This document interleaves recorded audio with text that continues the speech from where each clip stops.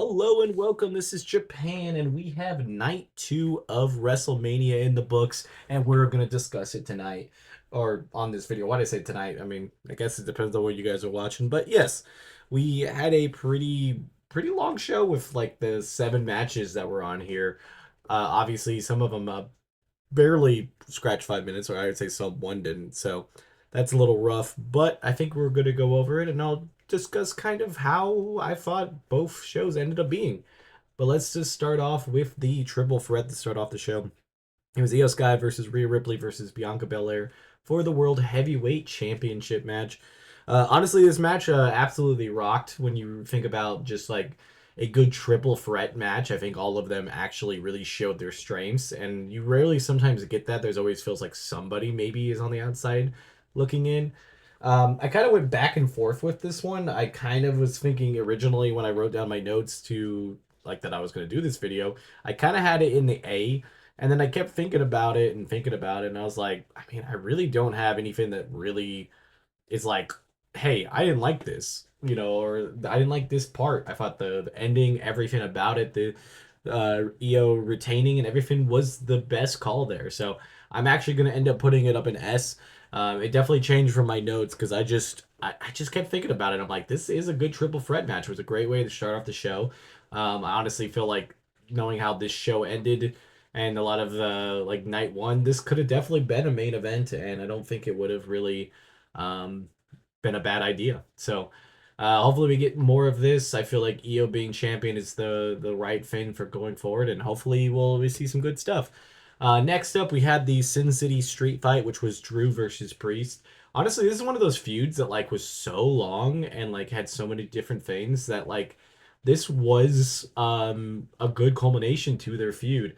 The match itself, I thought was okay. I didn't think it was really good or bad. It was a street fight. There was some good spots. There were some overall okay spots. Both men, I think, did really well to go against each other. I would probably put it in B. It was definitely enjoyable, and I did believe that it should have been on the card. And I definitely think they could do one more match if they wanted to do like a steel cage match to end this rivalry because I feel like there's a little bit more left on the table. Next up is the Fatal 4-Way for the Intercontinental Championship match.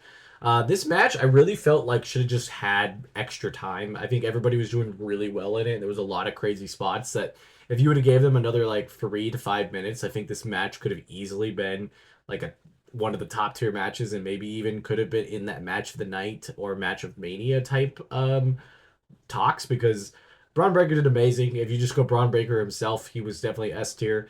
Everybody really did have some good showing, and I think Dom winning was the right call. Honestly, I was going to be happy with anybody winning here because all four of them would have had a really good storyline going forward. And I'm glad it kind of ended up this way. With Dom winning, I think it really does add a lot to what's going on into the future and all that. I put this match in an A. I think, like I said, just a little bit more time, and they would have been able to get to that fully groove and like solid part of the match. But I think they just kind of had to wrap it up, and I'm not 100% happy about that. But yeah, next up, then we had Randy Orton versus his mystery opponent. This tier list just has Kevin Owens in it. Honestly, I was genuinely surprised that it was Joe Hendry. Um, I made a video on it and I had done other stuff, and Joe Hendry was nowhere on my radar. And it was kind of crazy because it was just like, I thought it was a cool, crazy idea to do, but then it kind of just was a squash match. And like Joe Hendry is the sitting TNA champion. That's what was just a little kind of crazy about it. I know Randy Orton's the Legend Killer, the Viper, but I feel like you could still kind of have a squash match and have it a little bit longer, or like have a good match where it's Randy winning and like it's a no doubter, but like this one just kind of felt like it was really nothing of substance. So I'll put it in D. I know it was kind of last minute altogether, but I feel like some of the other matches that were on the table for Randy Orton would have been better. Even I heard Jeff Hardy was a good chance. I think I would have enjoyed that a lot better. But yeah, I'll put it in D. It was definitely not my favorite match. Next up, we have Logan Paul versus AJ Styles. Now, this one's actually very disappointing to me because this is the match I cared the least amount on the entire card. I couldn't care less about it. The rivalry itself was kind of dumb. But I figured this match was still going to be towards the top of WrestleMania anyways, because it's Logan Paul and AJ Styles. I thought they would go out there and do a lot of crazy stuff.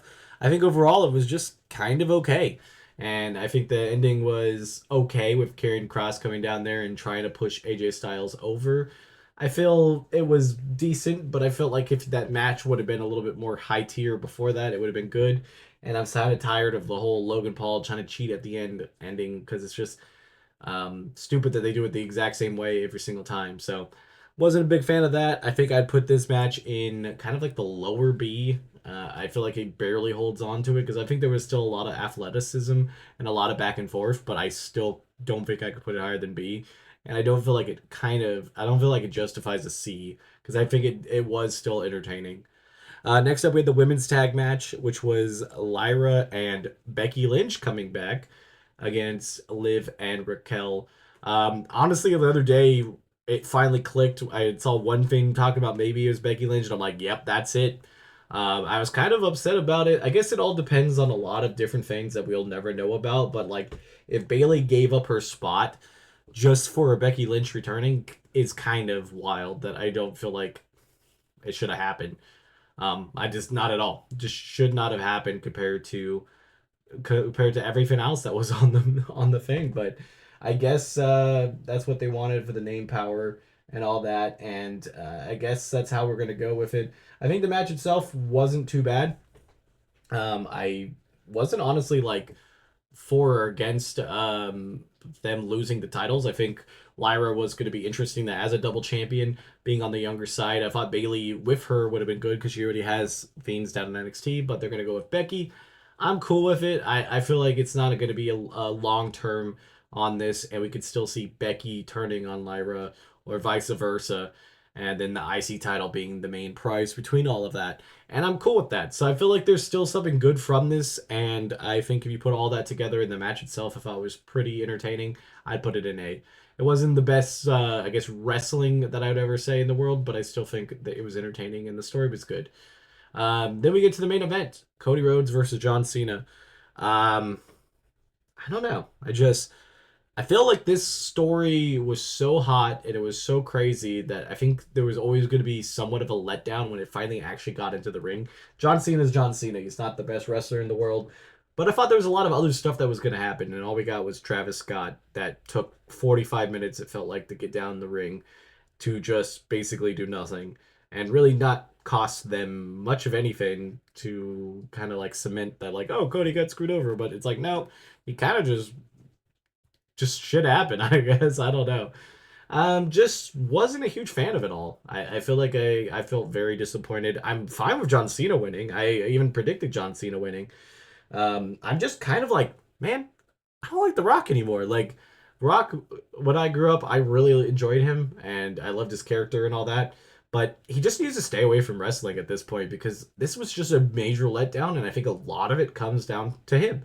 Like, you come back and tease you're going to be part of a story, and then you don't show up for months, and then that's it. And it's just that kind of ruined the story. We all kind of thought that Cena was going to have a whole deck of cards to be stacked against Cody Rhodes, and it kind of really wasn't. So it wasn't like it was anything super crazy. He did get hit with the belt, but like on all of things, like you kind of want to protect Cody Rhodes a little bit better, and you could have had a lot more stacked against him compared to what Roman had stacked against him at the end of last WrestleMania to finally allow everything to be equal. But yeah, I'm just not very happy about the match and any of that. So I guess I put it in B. Still entertaining. The feud along the way was really well, but I think I was overall pretty, pretty just didn't really enjoy it. Now I have up here the matches from the other day. I had already done it in another video, so I have them up here. But I wanted to have them up here for the last part of just kind of discussing WrestleMania in general. Honestly, I feel like WrestleMania was still incredible. I've really watched the whole build up and the whole year going from the last two WrestleManias before this, 40 and 39. So I felt obviously still invested in this one, but I definitely feel like it was disappointing compared to those two. I felt like last year's was probably the best WrestleMania that I've seen. 39 was pretty close to being up there. And then this one kind of just slides below that, at least of the modern last couple year type thing. I'm not going to go way back or a bunch of other stuff because you'd have to watch it, but it's side by side to really know that. But this is how I felt. And it just kind of felt like this in general was kind of like a B WrestleMania. It was good, and there was a lot of good matches. But I think overall, just wasn't it for me. Plus, honestly, other than the Bianca, Io Sky, and Belair match, I didn't have an S tier match. I had this in S tier, the main event from night one. I think that was pretty good. I think I had the Ray Phoenix one in, I can't remember if it was A or B. I know I had this all the way towards the bottom. I had this one towards the bottom. I think I had this one up here. I think I had this one here, and I had this one towards the bottom. No, I had this one way up. What am I saying? I grabbed the wrong thing. I think that's where I had it. You'd have to check the other video. But it's just like that. You see, a lot of it was just B-level matches. I think the feuds going into them were better, and I think that could have made it a little bit, crazier. And I don't know. It felt like this one had a lot of stuff that could have happened. We obviously had two surprises with Joe Hendry and Becky Lynch. Still really crazy and cool, but I think, as you can see, it overall was pretty solid, but just not as good as it could have been. But until next time, this has been Japan. If you like wrestling content, I have daily wrestling content, and it will be daily after this. I had been posting 2 videos a day, but now it's going to be going back down to 1. Except for on certain days, I do wrestling trivia, Raw reviews, Evolve reviews, SmackDown reviews, a lot of NXT stuff, a lot of other promotions in Japan and stuff like that. So if you like any of that stuff, don't forget to like, comment, and subscribe, and I'll see you guys on the next one. Bye, guys.